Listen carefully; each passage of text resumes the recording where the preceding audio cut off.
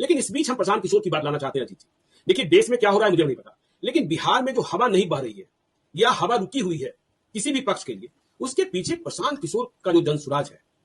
जो बात आपने कही थी कि देखिए प्रशांत किशोर ने घर घर तक बात पहुंचा दी कि जो गरीब है उसका बेटा कमाने जाएगा और जो अमीर है उसका बेटा पढ़ने को जाएगा, बिहार में रह जाएगा बूढ़ा माई बाप, तो बिहार बूढ़ों का प्रदेश।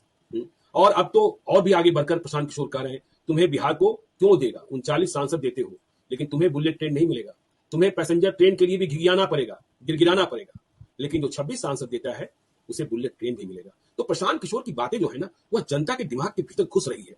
अभी लोकसभा चुनाव नहीं लड़ रहे हैं, लेकिन 2025 में उनकी भूमिका हो सकती है। नहीं, बड़ी भूमिका होगी, वो बड़ा रोल प्ले करेंगे, क्योंकि एक जो चीजें आज की तारीख में चुनाव के लिए जरूरी है, जो सबसे पहली चीज है, चुनाव सबसे पहले तो नैरेटिव से जीता जाता है, धारणा से जीता जाता है। तुम बिहारी तो भिखारी हो, 5 किलो अनाज लोगे, 4 किलो अनाज लोगे और वोट दे दोगे।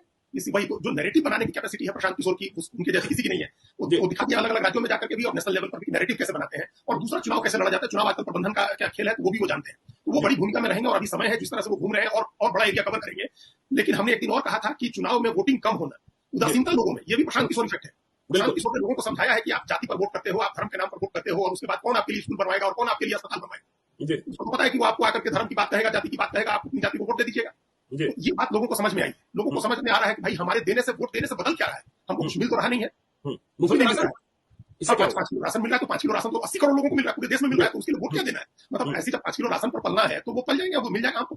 तो एक उदासीनता लोगों के मन में जो आई है कि उन्होंने ये बताया है कि जो दोनों विकल्प है ये आपके लिए ठीक नहीं है, आपको तीसरा विकल्प खोजना हो। तो जब जनता ये मानने लगी, हमको तो बहुत लग रहा है जिस तरह से पहले चरण में सिर्फ 49% वोट हुआ, हमको लग रहा है कि जनता सचमुच ये मानने लगी है कि ये दोनों विकल्प हमारे लिए ठीक नहीं। बिहार के लोग इस बात को समझने लगे हैं और तभी तीसरे विकल्प के लिए अवसर बनेगा, जो प्रशांत किशोर का अवसर बन सकता है। तो दोनों में से कोई विकल्प नहीं है, ये धारणा लोगों के बीच में बहुत मजबूती से बैठ रही है, जिसका असर आगे चुनाव पर देखने को मिल सकता है।